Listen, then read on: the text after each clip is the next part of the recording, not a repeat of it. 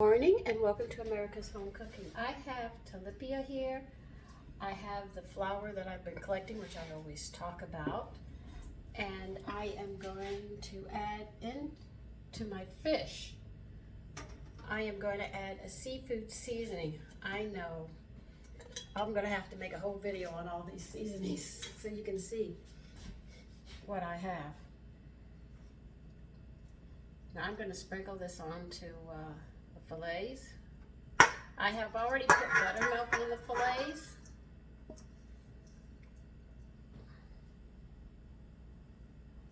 And I'm going to do these a little different. Put this on.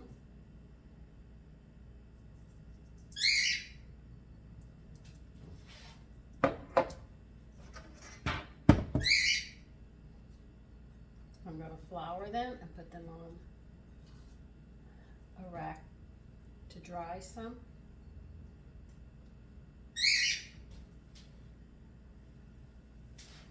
Oh, I think I'm going to do this in here this time, it's easier.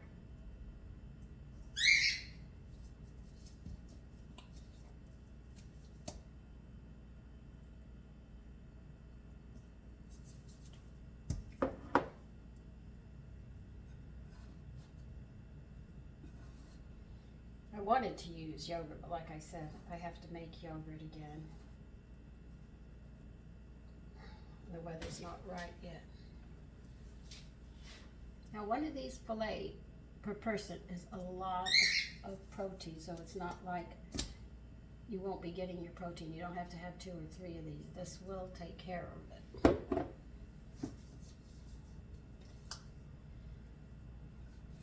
I made so many mixtures with seasonings, and I'm just going to have to remake them and do a whole video when I do a whole bunch of them to make it easier for you, so have a place to look for them. Now I am going to let these sit a bit, then I'll probably reflour them, or I might breadcrumb them with the flour that I have left here, but we'll see. First let them sit a bit, and then we'll get back to them. So I'll be back when I do that, but I want them to sit a bit. Okay. I've got breadcrumbs here too, so I just threw some breadcrumbs into my flour, mixed the flour and the breadcrumbs together, and I'm now putting this on as a second coat.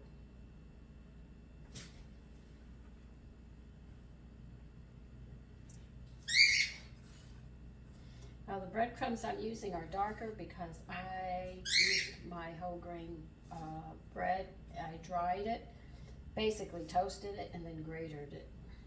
And that's how I make my breadcrumbs. That's how women used to have to do it. You didn't buy them in the store. And if we wanted to season them, we just add seasonings to them.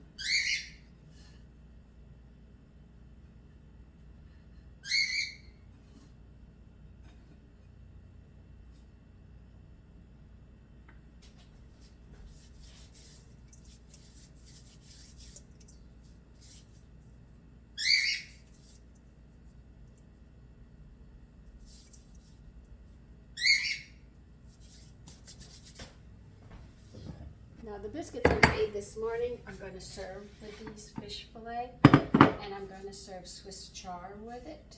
I'm going to cook that up.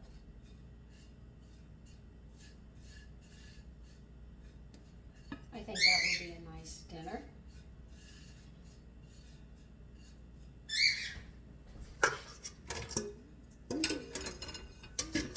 One of my sons said he might be home Saturday. If he's home Saturday, we're planning to have popcorn.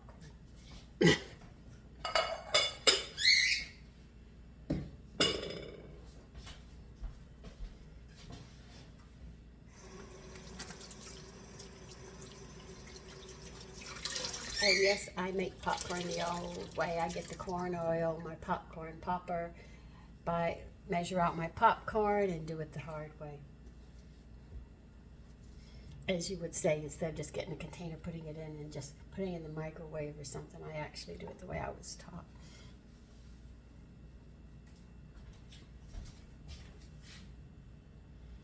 Now there's only 3 fillets, so these will go quickly. Now remember, one part, the fish part, you have to make sure you cook that all the way through.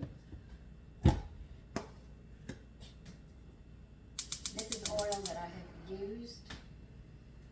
I think this is what, my second time, or third time? I can't remember, but you can see how clean it is. That's what you want. The longer you use oil like this and you leave it out and you use it, you're destroying what nutrients are in it, and then it becomes a hazard to your health. Now, I know some of you might say, well, we're all eating this food, so shouldn't we all have the same kind of disease, you know? And the thing is that each body is different and will store the chemicals that you take that are not natural, and they'll store it in an organ somewhere, and it sits there. And if they can't get rid of all the dead cells, they'll throw the dead cells to the side somewhere, and then everybody ends up with different diseases. So it's just, what does your body do? Where is your body going to store this stuff that's not really belonging to any human body? And that's where diseases and stuff come. We're taking stuff we shouldn't.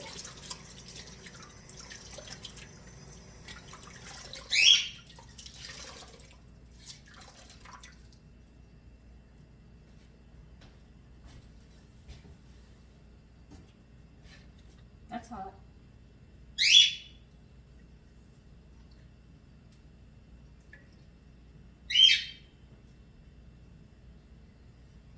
I think I have one more time after this, and then this oil will be thrown out. I will not keep it after 3 times. Third time, that's it. I don't save it. And I don't save bacon grease.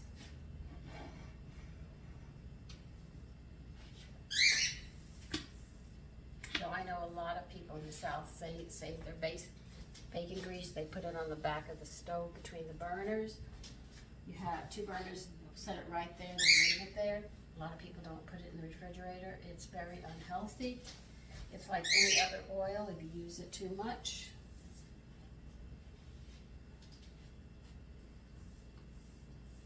Because it does go bad like everything else, but you don't smell it and you don't see it, so you don't know it. But there is a time limit on these things. Anyway, I have to wait till this gets hot. So let me go ahead and get my Swiss chard done. Okay.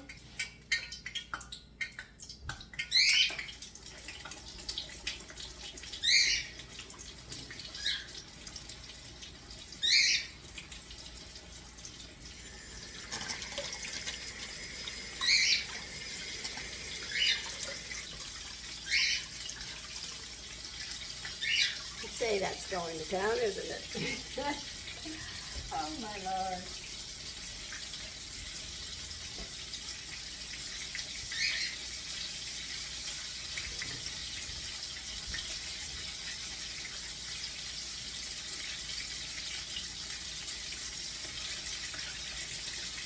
Tilapia, if you're packing a lunch and there's no place for them to warm it up, it's good as a cold meal. You can actually do that and put a tartar sauce on it, or they like ketchup, or they like it plain. You can season it, serve it with a salad and biscuits, and he's got a nice lunch to take to work without having to heat it up. For people who have husbands who are truck drivers, because I had a woman tell me they're construction, there's no place for them to actually heat the food up. This is something he could do without having to have sandwiches.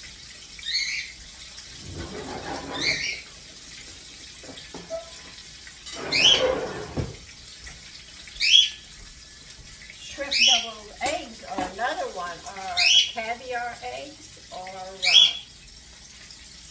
lock eggs. I'll show you how to make those. I just did the caviar, so you know how to do that. But lox, there's a lot of protein in that, and you can get away with it. On a hot day, you can make celery sticks and take cream cheese and scallions chopped up. Cream cheese that you chop up. Scallions and lox, mix it up really nice, and then pack it into celery sticks. Or you can sit there and, if you want crackers, and make like a buffet, make a dish like that, and you can put it on. Crackers, if you wish, because these meals have a lot of protein in them, but they're also set if you want to make a packed lunch.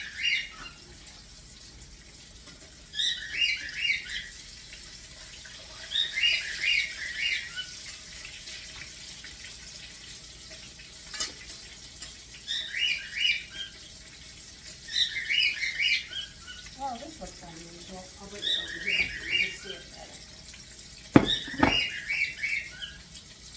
So there's a lot of things that you can do. You just have to think differently. In the winter, you can pack stews and gumbos and stuff like that.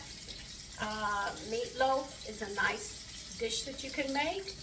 If you make it and it's fresh and you pack it, it'll only be room temperature for them. If it's in a warm place, it'll stay warm enough so it won't be ice cold. You could do that. God, there's just so many things you can do. You just have to figure a different way. Chicken is good. Chicken at room temperature, hot or cold. Everybody loves fried chicken. That's something else that you can do. Shrimp cocktails, you can make him one of those dishes with shrimp. Very nice. And believe it or not, these are dishes that I'll make. I'm going to make deviled ham, and I'll make sure that I make bread that they can spread it on. And it's so much protein because it's just solid meat. But they'll get it.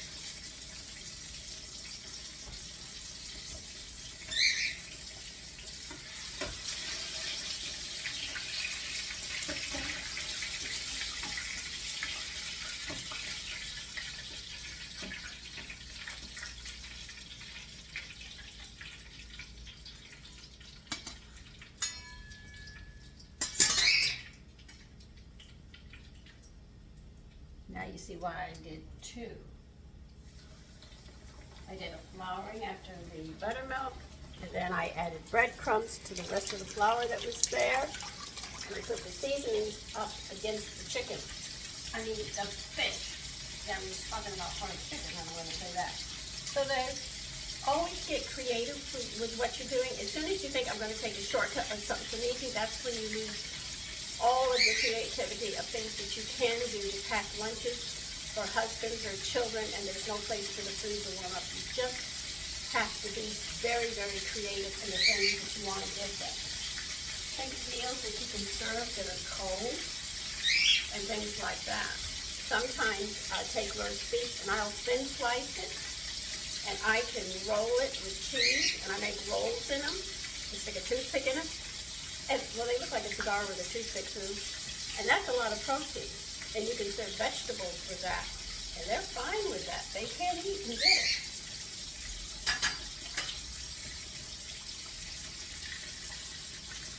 Now, if you like grilled ham and cheese sandwiches, try turkey and cheese. A different cheese, and use turkey and grill those. That's another dish that you can make. It's very creative. Your family will like.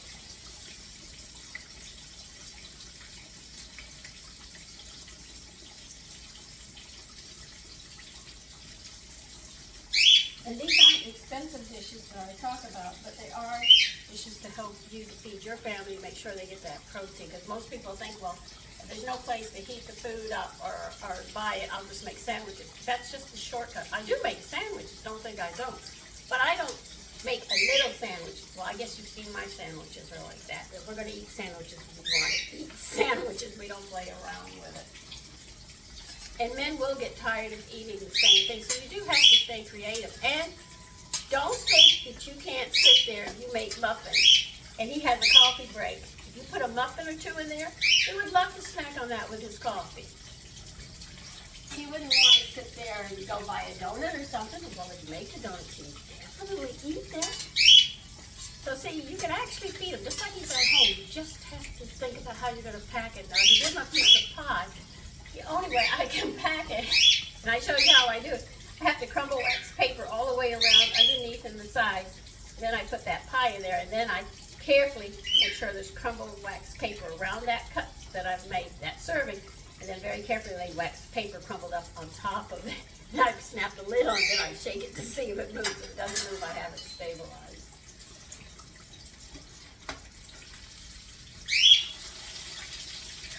If I serve a cake, they don't make the cake containers like they used to make. They used to have a cake and a pie containers that you used to be able to cut the pie. And you put it in it. It was a triangle, but it was thinner. And then for the cakes, you had the triangle, but it was bigger, but they fit. They don't have that anymore, so you sort of have to buy what you can to make it fit. That's why I have to use wax paper now. But that was a good idea because women did pack pies and stuff like that. If you have cookies and you make them, your husband would love to eat your cookies if he's having a coffee break and to have something like that. It's your love given to them, your family, and then they take it to school, they take it to work, they appreciate it more than you will ever know.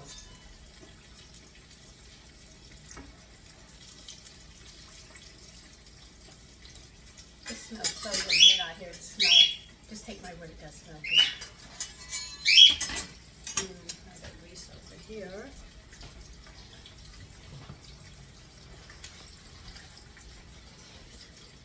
I don't want too much grease on my counter.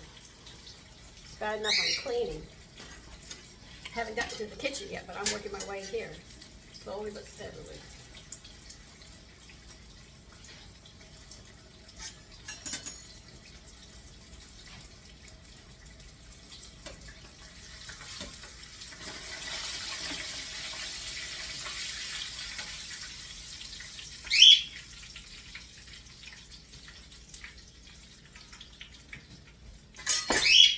Now you can make a big sandwich if you make French bread with these.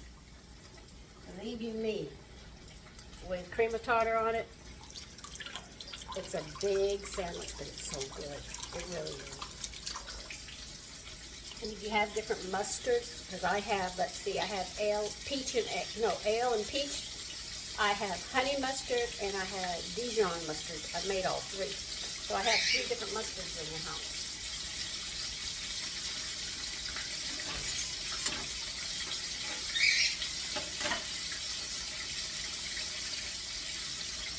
So you could just take a mustard, think of the taste of it, and then make it.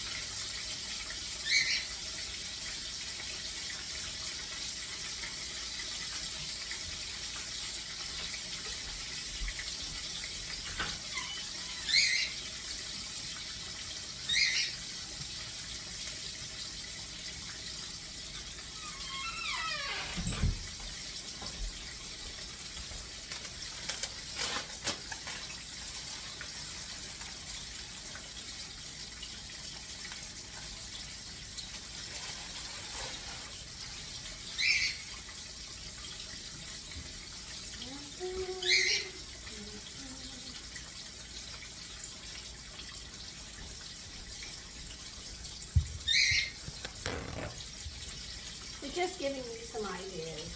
Spring is, the flowers are blooming, which is telling me the early spring flowers that we're getting ready to have an early spring. Of course, what winter did we really have except a couple of days?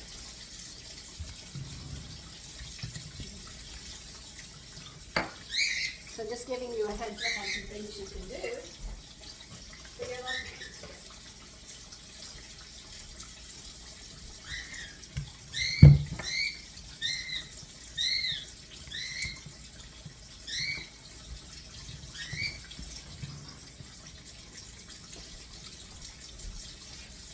Yeah, he's getting ready. Hear him. He's back there.